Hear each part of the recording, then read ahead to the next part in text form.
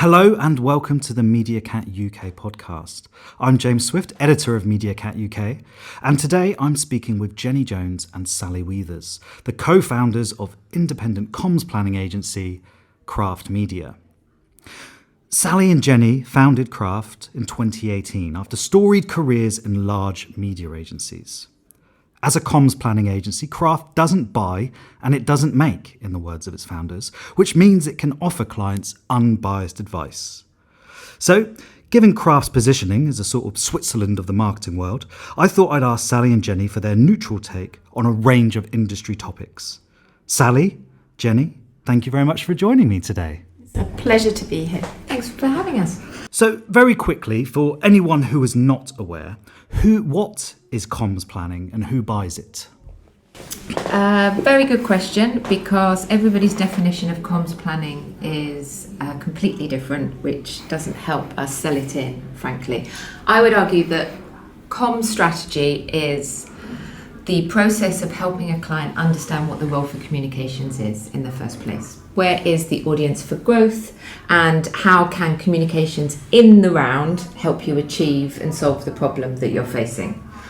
Comms planning is then the ability to deliver that idea across a whole suite of touch points. So helping make an idea more famous through paid, owned and earned advertising, all adding up to more than they are on their own.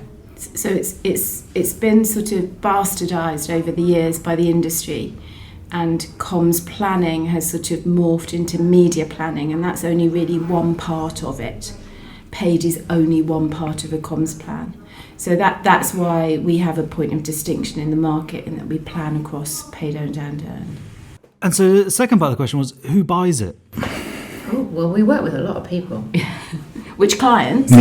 Yeah, so big and small. Smaller clients who respect strategy and understand that in order to grow, they need a roadmap for growth. They can't just throw some mud at the wall and hope it sticks. And then big clients who've sort of lost their way. They've probably spent decades spending too much money on some stuff and not really properly understanding why or what it's doing for them.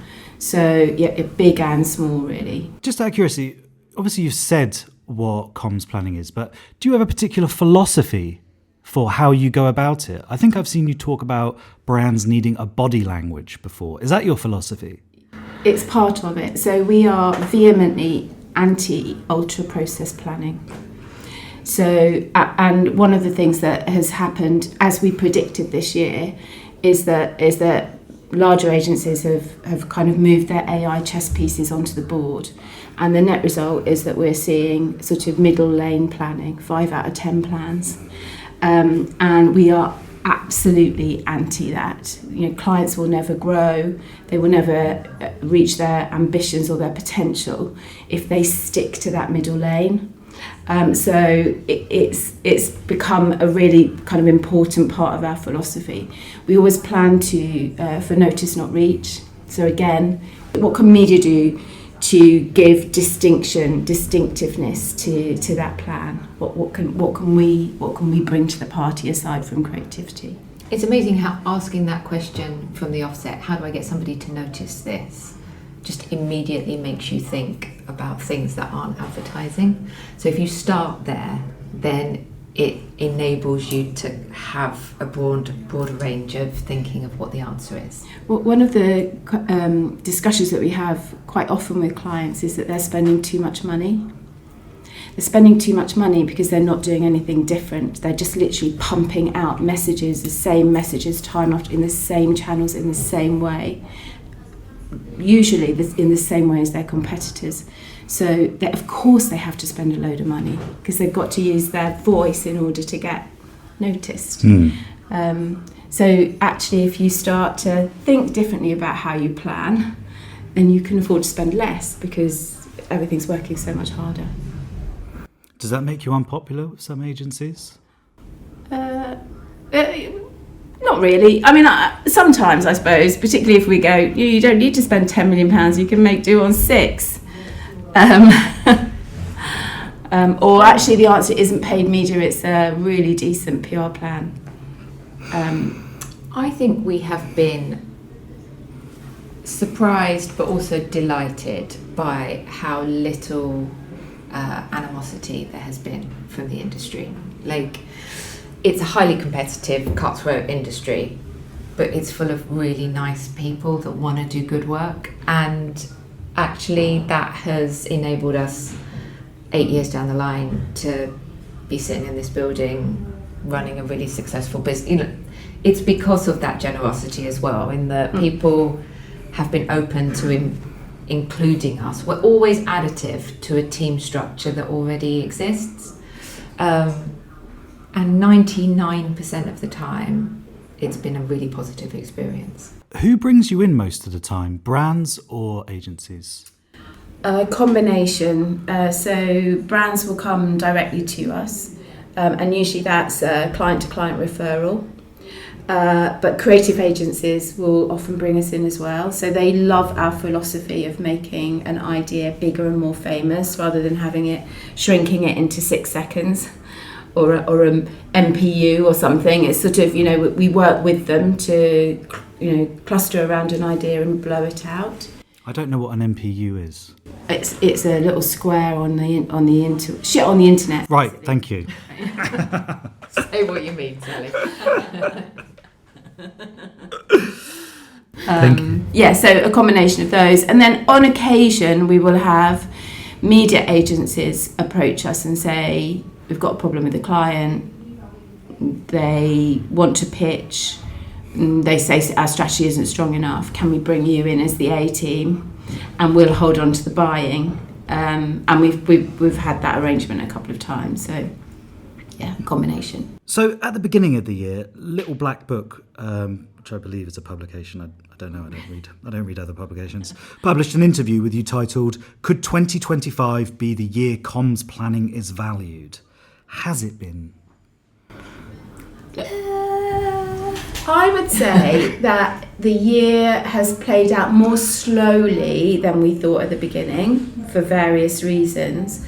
But to my earlier point, I do think that the larger networks have played their move now, and I think next year, people always say next year will be the year. Jam tomorrow. But I genuinely think that we're moving into a period where comms planning starts to come to the fore, because clients are going to get pissed off with the amount of ultra process planning that they're receiving.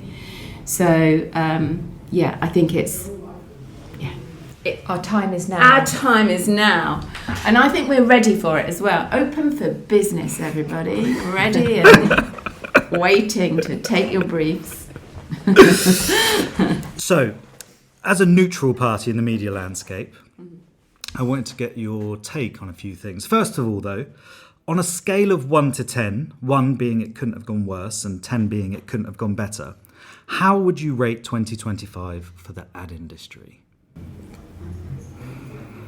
6. Oh, you're generous. I would have gone smack in the middle at a 5. I don't think it's quite as...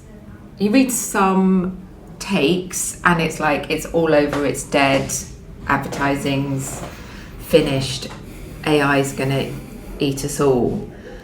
I don't see that every single day. Like, I'm still working with brilliant teams on great briefs with exciting clients that have got ambition.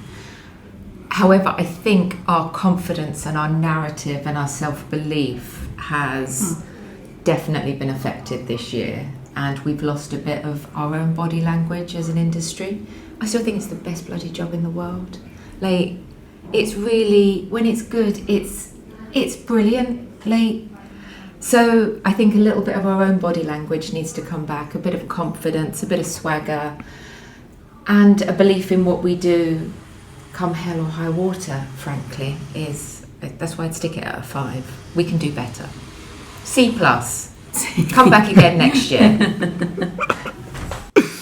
And Sally, sorry, did you want to expand on your 6 at all? Yeah, 6. I mean, it's barely any difference, I suppose. But I still see some pockets of brilliance in the industry that, and I see people trying to change their models, think about new things.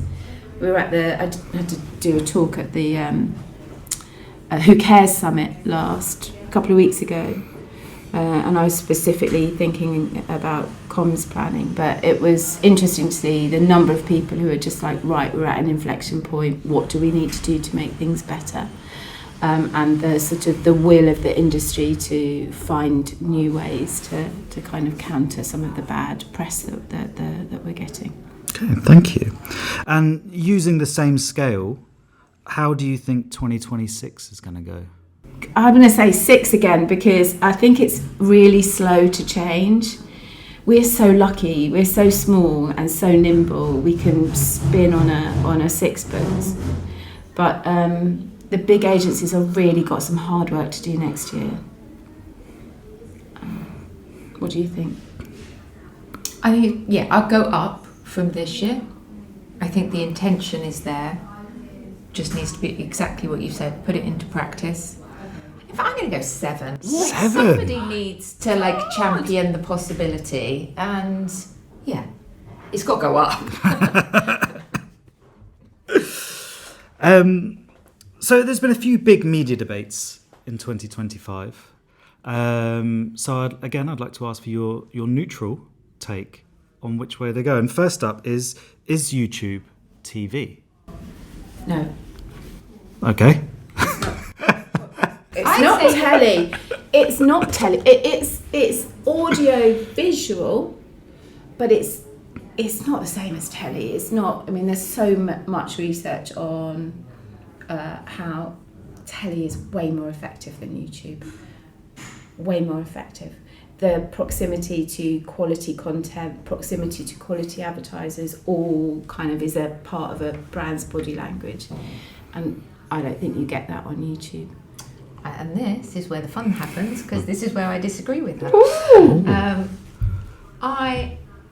I think we can turn ourselves into massive snobs if we don't appreciate how different people consume different forms of entertainment or information.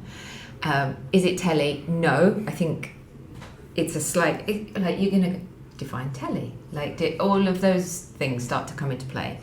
It does a different job, but it does a really important job and a bigger job than telly to some people. So I agree, it does a different job. It does, for me, we build it into plans as a frequency driver. So you would have a layer of actual telly. Yeah, they're both good.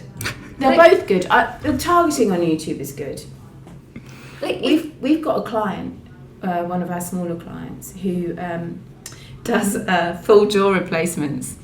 If you've got less than 6 working teeth in your mouth, we work on all the sexy stuff. I mean, full jaw replacements, right? So you've got to find people in the world that have, or in the UK, that have less than 6 working teeth in their mouth and £20,000 to spend on a full jaw replacement. Now, YouTube's been very useful for that. I wouldn't put that on telly. Right. It's the wrong brand looking for the wrong audience. In the wrong place. Yeah. So that is a full, wholly YouTube plan, because with the layers of data that we can build into it, we can find those people. Has it been the most effective channel? It's in play at the moment. I'm hoping it is, because, as I say, we've layered in all sorts of NHS data and all sorts of wealth data, etc., to just try and make sure that we're reaching the right people. Could they advertise on cans of soup or something? Yeah. That's comms thinking. Yeah. Blancmange. We're going to bring back, what was the whipped pudding? Angel Delight. Angel Delight. Awful stuff. We could bring that back. I bought some for my kid recently. He was so disappointed. Whereas for us, that was Friday night treat. Yeah. Really? Butterscotch Angel Delight, yes. I never had that. You're so Essex. I'm so Essex. Okay, so if Craft splits up next year, we'll know why. Yeah. We'll blame YouTube.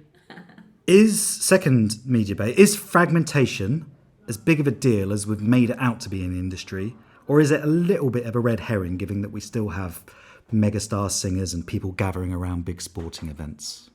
I hear you. Me? You're moaning about your job. That's our job.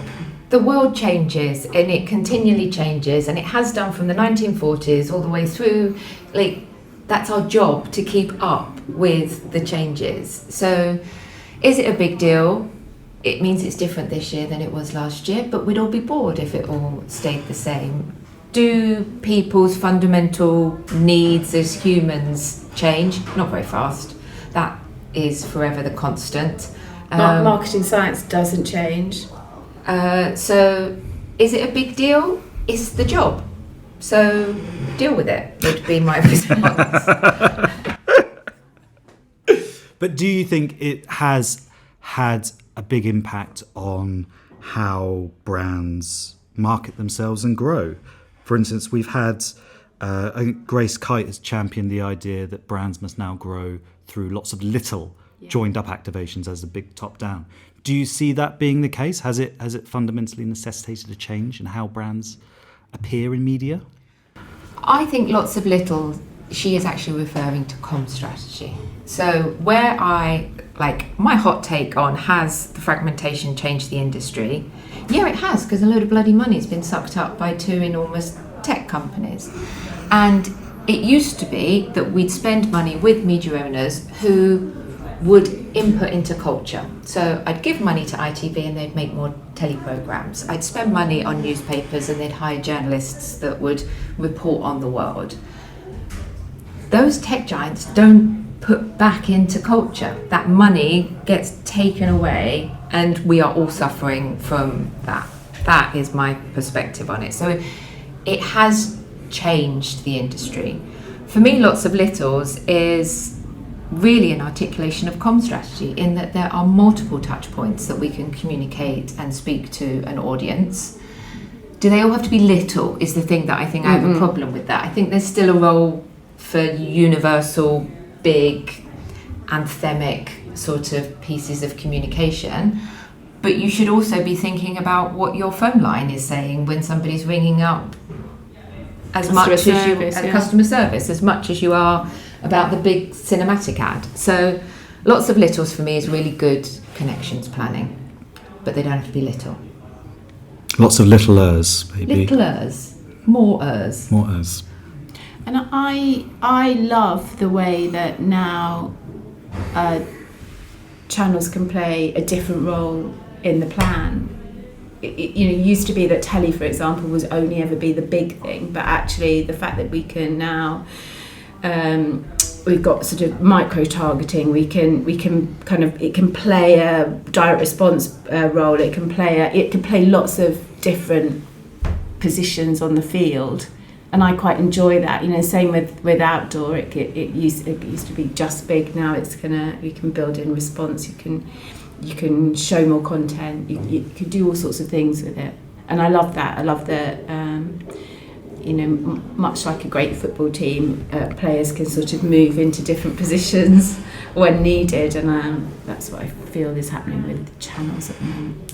Do you think fundamentally it's changed how famous a brand can expect to get? That's a good question. I think that a lot of that depends on the bravery and creativity of the brand, right? Yeah, creativity is still the biggest driver of effectiveness, and I think you ignore that at your peril. So you have to be. Yeah, you can spend all the money in the world, but if you're pumping out boring advertising, that is never going to make you famous. I guess something I was looking at earlier in the year was this argument that now that audiences are spread across more channels and they're smaller, the ability to create fame is reduced, not because of the creative, but because you've lessened that sense that an audience is not only seeing a brand but knows other people are seeing the brand on the same channel, and it creates that like a cultural moment. Yeah, and I'm just wondering, have we just lost that? Was the age of mass media in the 20th and start of the 21st century, was that a blip? I guess is my question. Yeah. I think you have to work much harder now to find those moments. So, it used to happen, every evening in front of the TV, or when you put the radio on. It doesn't happen like that anymore. So you have to be much more judicious about where you place your bets for those cultural moments when people come together. But it's also utilising your own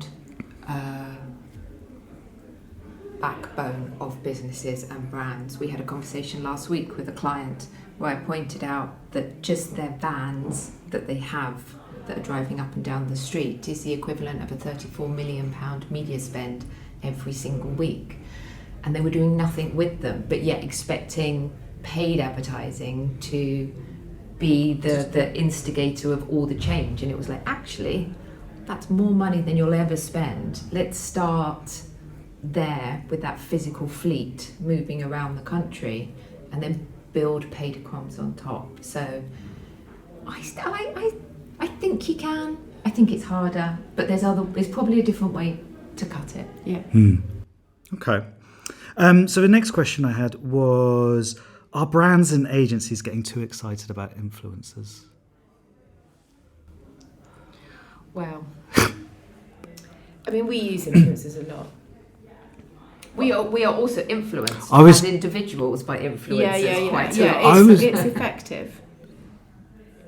I was just going to say you're probably influencers yourself. That's it. Look, I'm a bit brutal when it comes to influencers because I sort of feel like they're just not creative enough. TikTok. I watch TikTok. Oh my God, it's the same format of content. Guys, I've just got the viral dress. Just like, fuck off. What, you're all saying the same thing in the same way. There's no creativity.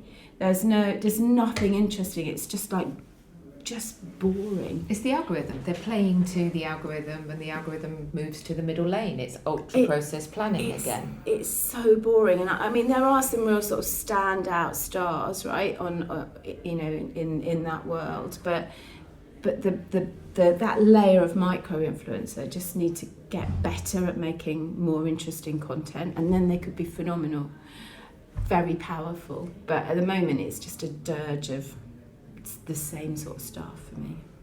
I mean, Jenny, you made the point that it's important not to be snobbish about YouTube content. Do you feel the same way about AI-generated content?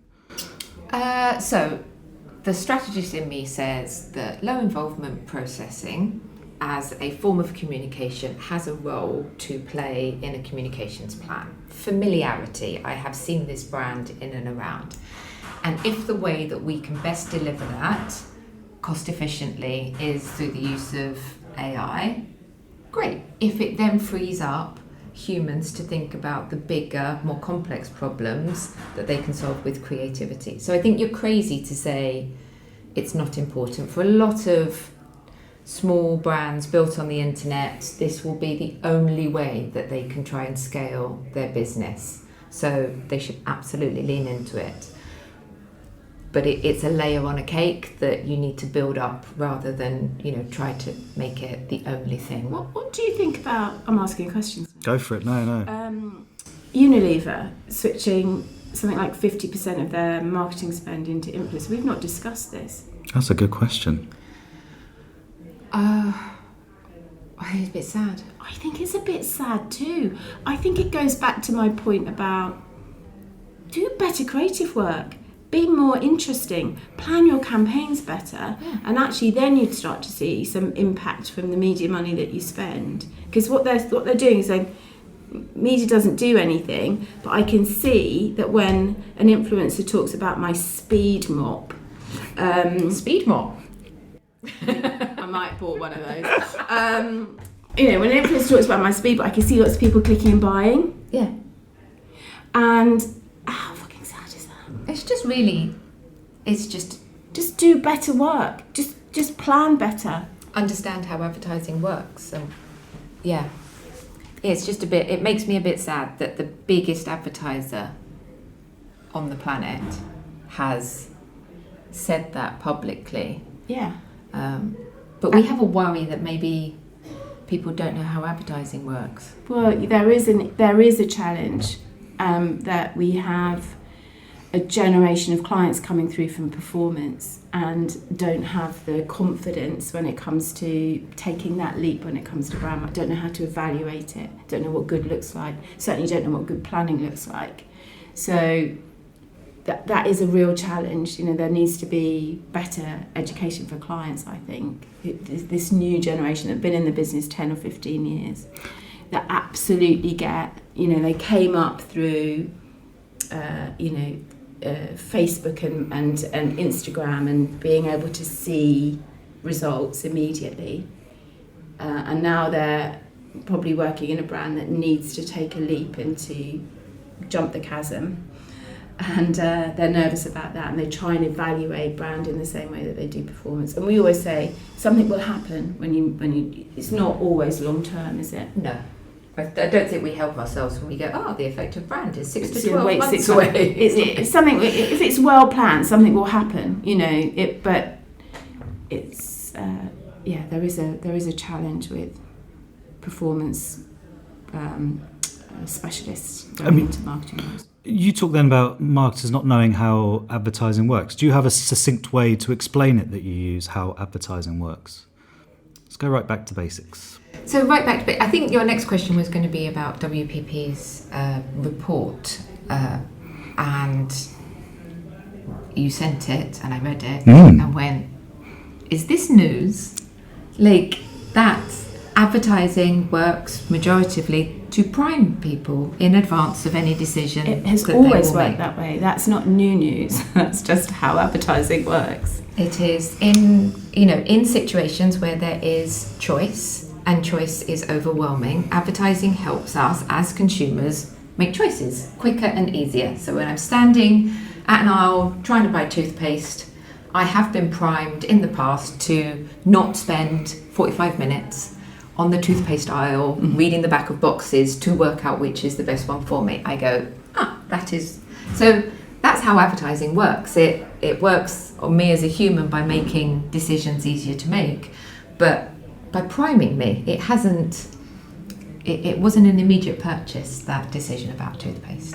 And we're talking about the How Humans Decide research that WPP published yesterday, depending on when this goes out. I thought the interesting thing about that is the claim that they've quantified receptivity and influence of media channels.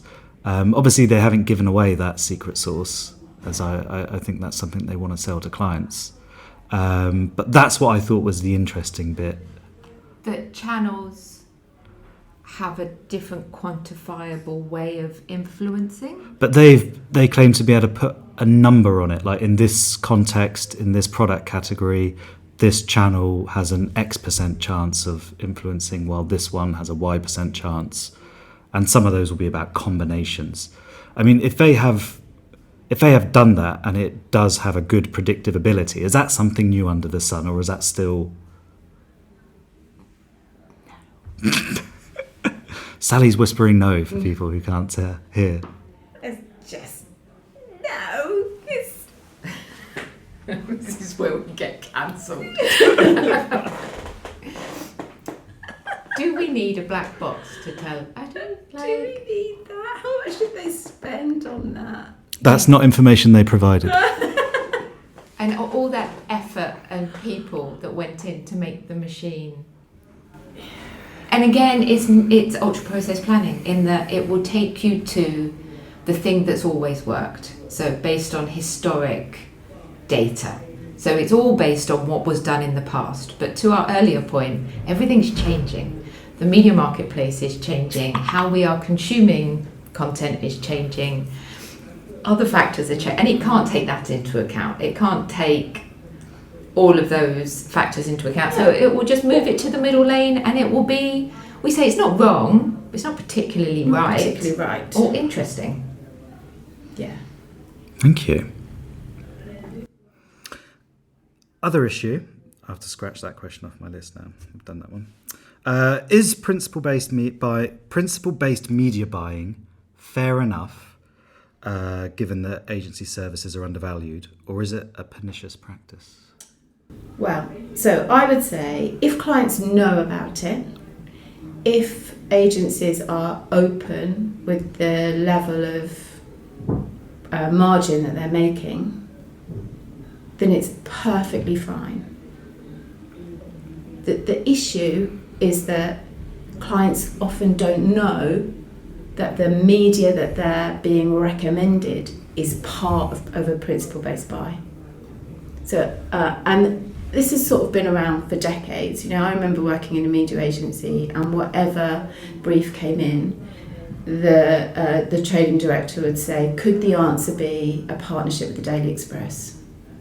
Right? Because they had pre-bought a load of value in the Daily Express. So it's been around for a long time. Now, if the answer actually is a partnership with the Daily Express, all well and good. But if that isn't the right answer, and you're literally being recommended that because your agency is making a load of money off the back of it, then it's a very bad thing. So that's my only issue. And I mean, if everyone's very transparent, if agencies are prepared to take on the risk of buying a load of media at a really cheap rate and passing some of that value on to their clients, good, great. But let's see the numbers, and clients need to be really confident that they're not being recommended media simply because it's part of the principle-based buying pool. Yeah. There's also a requirement for clients to be prepared to pay for the things that they want. So historically, we were told this business would never work. So when we set up Craft, oh God, don't do that. No one pays for strategy. There's been nobody that's been able to make a successful business out of a pure comm strategy consultancy. And historically, strategy was given away for free. You are buying media buying essentially from an agency, and my role in big agencies was always essentially free of charge. Like it was the free thing that was logged in on a contract. The toy in the cereal box. I like to think of myself that way. What would be my action figure? Maybe not that. But if they want strategy, they have to pay for it. And if you don't want to pay for it because the reduction in cost is your only measure of success back to your finance director, you have to accept part of the responsibility for the situation that we're all in. And that everybody needs to make money. And there's nothing wrong with making money. Just be open about it. Just be open about it. If you want strategy, you should pay for it. If you want cheap buying, if that's the only thing, then it will come with some compromises. But if we can all just have a grown-up conversation about what you want and what it costs, then I think it's fine. I mean, there is a world where strategy and planning become divorced from buying.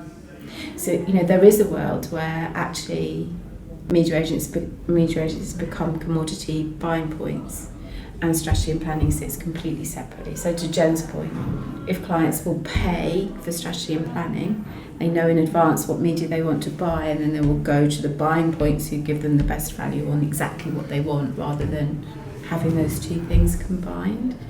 We worry always about the tail wagging the dog. Is that a world you'd like to live in? Yes. Yeah. Take over the world. To my earlier point, we are open for business. Yeah, I mean, it's certainly, it could happen. It could happen. I only learned this year that in Brazil they've got a regulation that the agency that makes the creative has to buy the media as well. Yeah, it's weird, isn't it? Yeah. Media agencies are illegal in Brazil, aren't they?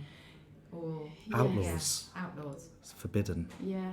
There's also, I mean, in the States they still have the upfronts, don't they? Where the clients buy the media themselves, don't they? Not always the client, but yeah, upfronts you will be. So you buy it in advance. You almost do your own. Yeah, that's a different model.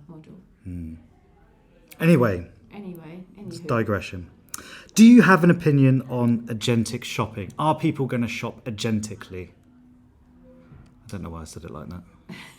Do you mean via the AI tools. What do you mean by agentic? Just to make sure I understand. I mean, I guess there's two levels to it. There's the level that we're seeing now, which is basically, slightly better search. And then there is handing over buying responsibility to AI shopping agents. And the broader question of, do you think we're going to get to a future where brands have to advertise to AI agents as opposed to people? Interesting question. I mean, possibly. The challenge is security. I'm not sure I would yet be happy handing over my bank details to an agent. I feel like I think we're some way away from that, but yeah, possibly. I'm not sure I'd do it yet. Yeah, I'm with you. There will be some people that buy some things through the path of least resistance, of which I think it will probably be through this agentic search in some way.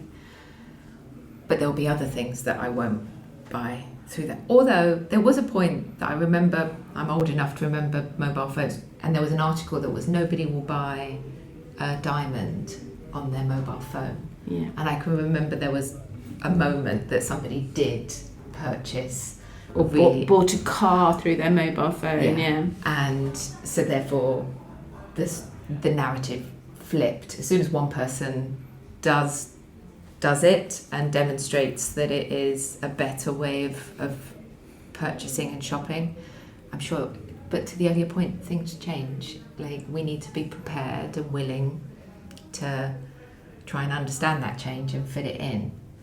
But I'm not 100% in the camp that it is going to change everything fundamentally and this is all we should be talking about. Fair enough. I wonder if we might be heading for a sort of do you remember the dot-com boom and bust in the when was it? 99, 2000. 2000. Just wonder whether there's like lots of talk and everybody getting super excited, and then a few years' time it'll all collapse again because everyone goes, "Oh, that was a bit shit." Yeah, it just made everything a bit ordinary. There's a lot on there at the moment. Yeah, there's a lot of people speculating that it's about, if not to burst, it's about to shrink a little bit. Yes, as we sort of rationalise its place in the world and start to believe that it can help in certain areas, but that it's never going to be as creative as a human or as interesting as a... I mean, just the money they're spending, these companies, on researchers, the monies they need to make to justify that is incredible. There was quite an interesting walk report on the... is that another publication? I don't know. Another publication on the future strategy.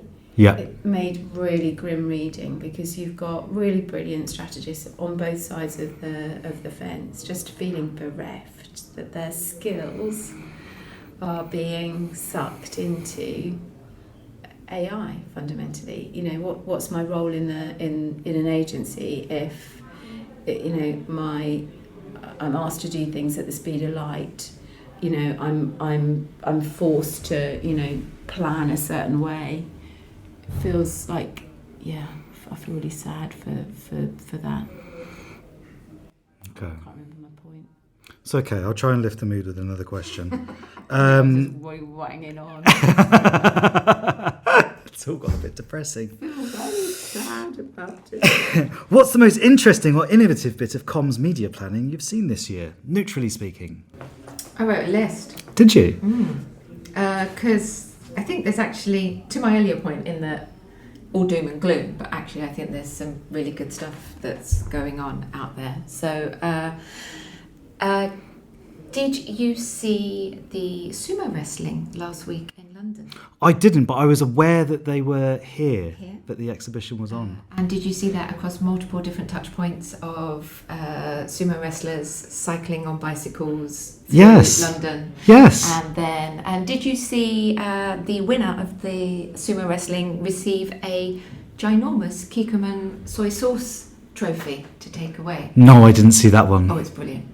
And it is impactful, and what an insane bit of strategy and thinking in terms of a sponsorship of something that was going on in London, and it's been on the front page of every newspaper. And I think the joy and the silliness of what we do came out in that, because there was no AI plan that would have told you to Put all your money into this one event and give the winner a bigger than a baby bottle of soy sauce. But it cut through, and it has been reported in a million places, and I'm sure I just think it's really clever and That's silly really and good. fun. Do you know who did that? I don't know who did it, but we do something called Media Positive, which every Friday somebody from the team has to do a little post on LinkedIn about something they've seen that we didn't do, but we think is brilliant. And it came off of a pushback of the term media neutral. We were like, ugh, it wants to be neutral about anything. Like this, like it was touted as, it's a positive thing when you're media neutral. It's like, I don't want to be media neutral, I want to be media positive. Like I want to have a point of view on what's good. Kind of undercuts the theme of this whole interview. I wish you'd said that at the beginning, given that I've just framed you as completely neutral. But like, neutral's bland. Like positive is way more interesting. Like neutral just suggests you don't have an opinion, and we definitely do. We just think, as we said before, this is the best job in the world. It grows businesses, it creates change, it drives creativity. I'm really lucky. So we think that's mad. I love the work for The Ordinary that Uncommon are doing. I think that's proper comms thinking. It doesn't start with an ad, it starts with a problem, a provocation. That could be a installation, it could be like, I just think they've got lovely stuff. They clearly don't have massive budgets, but that's not constrained the creativity that they've put in there. Yeah. We did the Ninja coffee machine, didn't we? Yeah, that was last week's one. Which is really nice. They've planned it to be outside coffee shops. It's really simple. It's just really simple, but really effective. Creative and media placement working really nicely together. And it shows somebody cared. Like somebody sat down and went, I mean, that's like 250. I could buy my 6 sheets all over the land, but instead I'm going to have them outside every single coffee shop, every big coffee shop. You know, and that was, we enjoyed that. And then 2 of ours, because I think the work we've done for Ancient and Brave this year, last year they were our tiny client. Yeah, little tiny project. And it was like, well, how do we put some money on Facebook? And actually it was Sally that went, absolutely not. Burn your money first.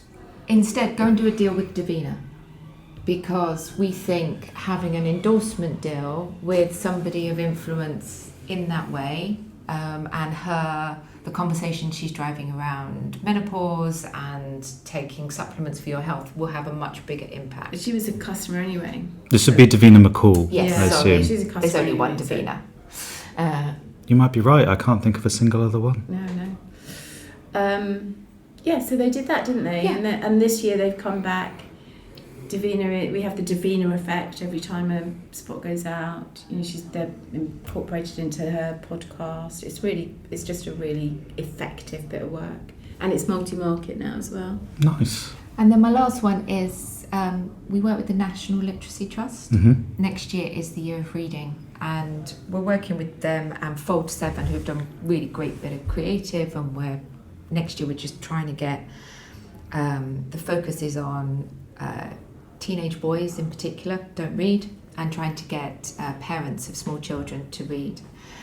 So we've done the classic thing with advertising and speaking to media owners and getting their support, but the next thing we're doing is doing a roadshow to get the image of reading more prevalent in culture next year. So we're doing a roadshow around all of the creative partners across London, where we're asking them that if you make anything next year, can you include an image of somebody reading? Don't pull out the phone, have them pull out the book, whatever.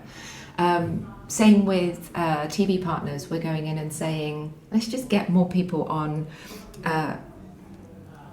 Coronation Street. Just see people In the cafe reading. in the cafe with a book reading, and for me that's comm strategy, is thinking about other ways we can influence the problem, which is not enough people read, we are too distracted by our phones, and we are influenced by what we see. So what are those other sources of influence that we can go and have a conversation with that might change people's behaviour? Thank you. Did you have any you wanted to add to that, Sally? That was a joint. Okay. Well, in that case, I think that's a good upbeat place to end the podcast. So, Sally, Jenny, thank you again. And just before you go, is there anything you'd like to say? You've given us your time today. I'm happy to give you 30 seconds on this podcast if there's anything you'd like to say or promote.